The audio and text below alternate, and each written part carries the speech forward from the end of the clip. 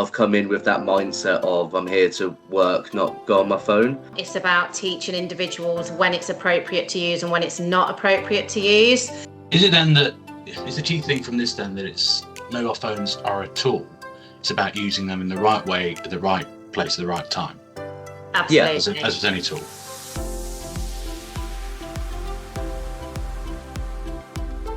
First question, and Dawn, I'll come to you first. Are mobile phones used for operational purposes at Schneider, such as for setting work and documenting completion, processing orders, clocking in and out, that sort of thing?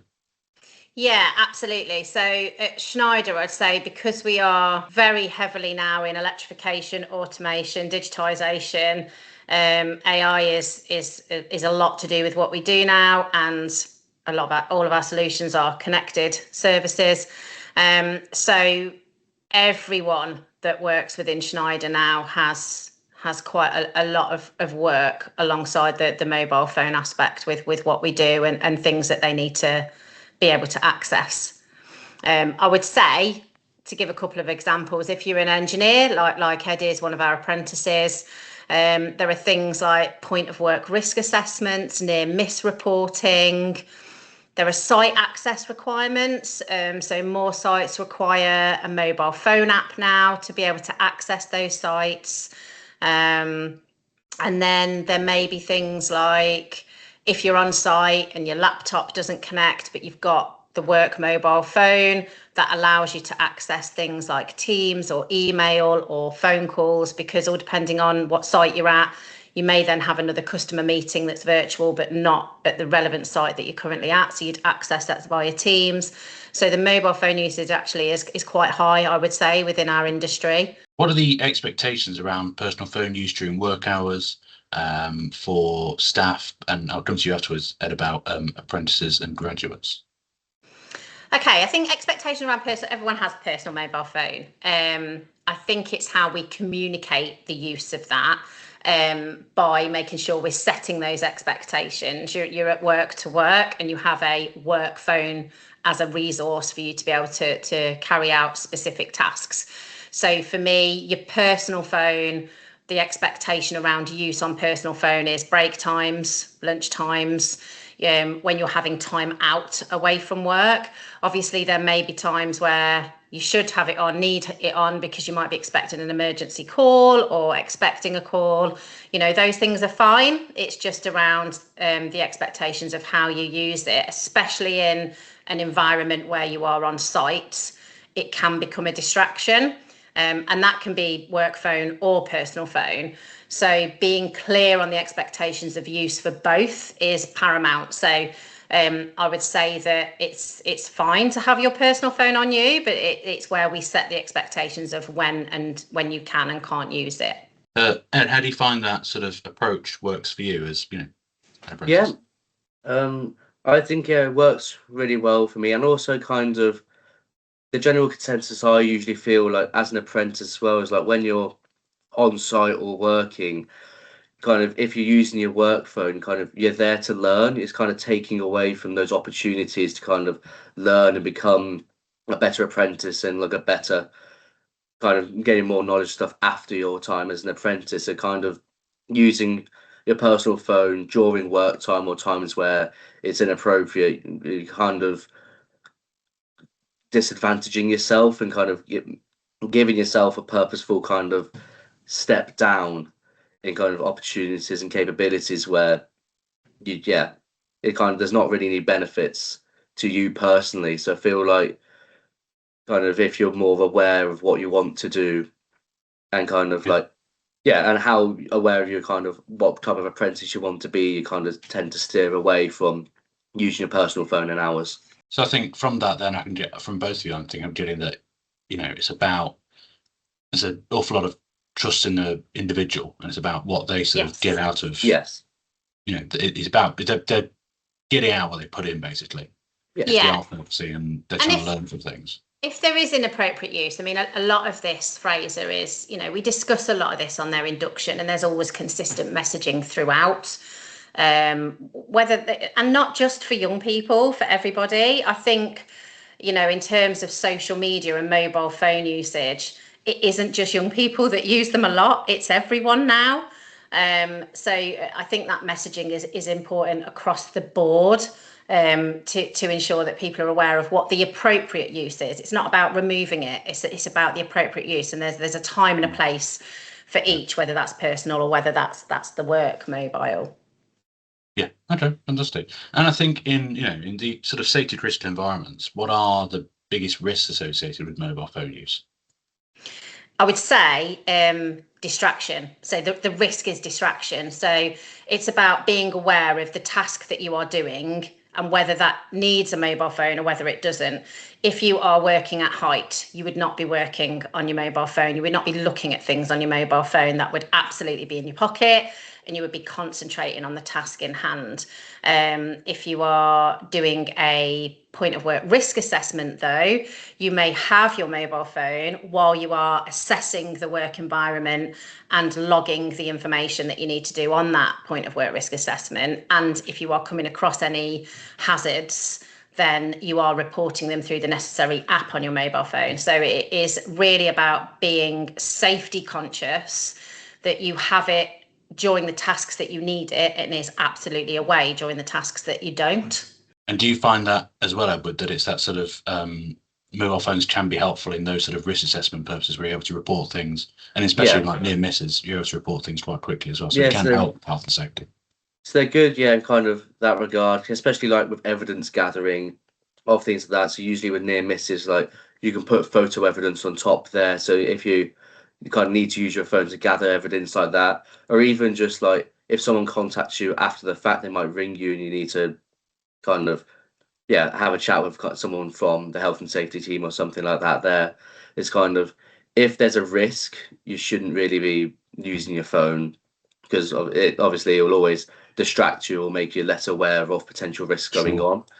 So kind of, if it's there, like in terms of prevention, it's always better to kind of take a step back and then kind of do it and then get back into it. When I went to school as well, phones were banned in kind of in a soft measure. Kind of, if you're caught with them, they'd get confiscated. So it's kind of translated well into the workplace, where I've come in with that mindset of I'm here to work, not go on my phone.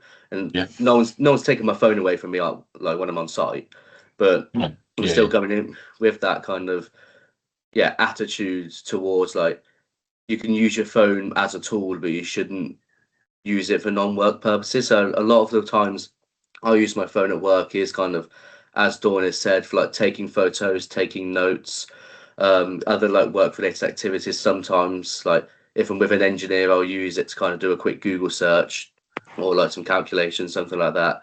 And kind of, it works well, kind of more as a tool professionally. Is it then that, is the key thing from this then that it's mobile phones are a tool? It's about using them in the right way, at the right place, at the right time. Absolutely. As any tool. Yeah, definitely. I would definitely say that they are needed. I think like what Ed's just said, and having children myself at teenage years, school and college, the rules and regulations around having your phone, but when you can and can't use it, I think that is paramount. It's about teaching individuals when it's appropriate to use and when it's not appropriate to use. And I think that really translates well when you're coming into industry, because AI isn't going away, connected solutions and things aren't going away, and being able to access things really quickly is really important. And the most efficient way of doing that is usually via your mobile phone. And especially when our customers are, having those apps and things that we need to download to be able to access specific things, that's really important. So I would definitely say that they are most definitely a resource, but it's about setting the expectations and the consistent messaging throughout around striking that balance to ensure that they're proactive with their learning environment, but also accessing it when they need it. Do you see the workplace becoming more flexible or, maybe more restrictive regarding phones in the future? I suppose my personal opinion would be more flexible, because they're absolutely a tool that is extremely useful, but not to steer away from. It also can be a distraction. especially if it's in a learning and a health and safety environment. So, I suppose the key thing that I've said throughout here it is about that appropriate use, expectations, consistent messaging.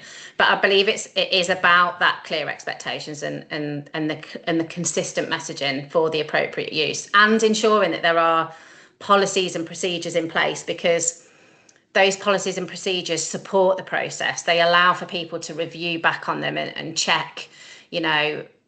You could be on site and you'd be like, can I use my personal phone for this? Can I use my work phone for that? There is somewhere to be able to go back and check on that. So we have a mobile phone usage policy. So I think that's really important as well, that those things are put in place to allow people to understand it and things to reflect back on to check. Edward, was there anything you wanted to add on that? I think kind of with AI becoming more of a tool, like I've personally seen it used more in the workplace now, especially kind of along the lines of like kind of information and data gathering. Yeah. It's kind of used kind of alongside kind of usual search engines like Google and stuff, where if you can't find some readily available information, AI can often be used. So I think it's, especially with how it's becoming more emergent in the industry, it's being used alongside, or at least a similar rate to like kind of usual searches, which you can use your phone for. Like for example, if you have a place where like you can't use your laptop, or if you just need something quick, like especially kind of with how dominant AI is being used kind of currently, it's using it on your phone will probably become more commonplace, and that's okay. I think especially kind of in the workplace, kind of like resource gathering, but also kind of like generational AI in terms of like certain things, depending on the extent of it. But it's getting to the extent now where it can be used more, and hopefully would be kind of reflected in policies about that.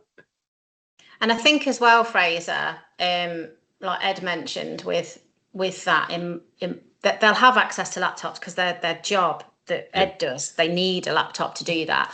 But they could be, for example, on a site that has 32 different plant rooms, and Ed's found a fault that is in a plant room that could take him 10 minutes to walk to. So actually the mobile phone use then is critical for whether he's accessing anything to do with AI, or staying in touch with the other engineer on site, or needing to make a call to health and safety, any of those things. So even as an individual on a site, you are fairly mobile in where you're accessing and going to do specific work tasks. Was there anything else either of you wanted to add? No, I mean, obviously this is around, I think, we're talking about mobile phone usage, and there is a lot out in the media at the moment, isn't there, around schools and whether they should or shouldn't remove them. I think removing them, my personal opinion, I should say, is that you're then removing them to learn how to use them appropriately. And you used a word earlier, Fraser, about trust, and it's about understanding what that means. And you can learn that from such a young age of what is trust and what does that mean. And when someone is trusting me, how is that empowering me to do the right thing? So I think it's important that the messaging within for young people is absolutely there needs to be specific things that they can and can't access, and there needs to be age related content and when they can and can't access it. But I think it's also important that they are taught at appropriate ages the reasoning around appropriate use of mobile phones, so that when they transition into industry, what that means. Because we all know the minute a child gets the phone, it's like, oh my goodness me, and it's like this great tool in their hands and they can do all these things. If you completely remove that, and then an individual starts an apprenticeship and they've got a mobile phone for the first time at the age of 16 and they're starting to access it, for me that poses a real concern that we're then as an industry really having to instill more professional behaviours. And actually what we're trying to do is work with education as partners in how those behaviours can be instilled earlier so that they transition really well into industry. Okay, fantastic. Thank you. Ed, was there anything? Yeah, so I wanted to kind of add on to what Dawn just said there about kind of how like phone regulation in schools directly kind of impacts further education, so kinds of like apprenticeships, like university, and all kind of like professional life onwards, and it's kind of that attitude towards phones, especially kind of within the classroom, because yes, you shouldn't be using for personal use, but they can also be used in the classroom in kind of times like for education, so kind of for research activities, for kind of teamwork, also for kind of taking photos of like the board for homework or for like further outside of school use, where kind of cracking down in certain ways takes away that interactivity and kind of provides less opportunities to kind of show that message of you shouldn't really be using your phones personally, but look at how you can use them to benefit yourself kind of in school and because kind of outside of school as well. That translates really well into especially like apprenticeships where a lot of phone use will be to do with so kind of on-site activities are kind of using it to kind of phone someone if you're not nearby or kind of have a point of contact and like using it in that way of like note taking and things. And also kind of as I said there about like communication, it's really useful to be reachable, not so kind of necessarily like if you're shadowing with like the engineer or the other person you're with, kind of traveling separately. So if you're late or kind of if you don't know where you are, like for example, if you get lost or something like that, it's really good to have the knowledge and the trust to kind of contact the relevant people when you need to and also be able to be contacted. So I think it's, again, brings us back to being that mobile phones, AI, they're tools to use in the right way, in the right time, in the right place, I think. Exactly. Definitely, yeah. That's great. Thank you so much for that. I really appreciate it.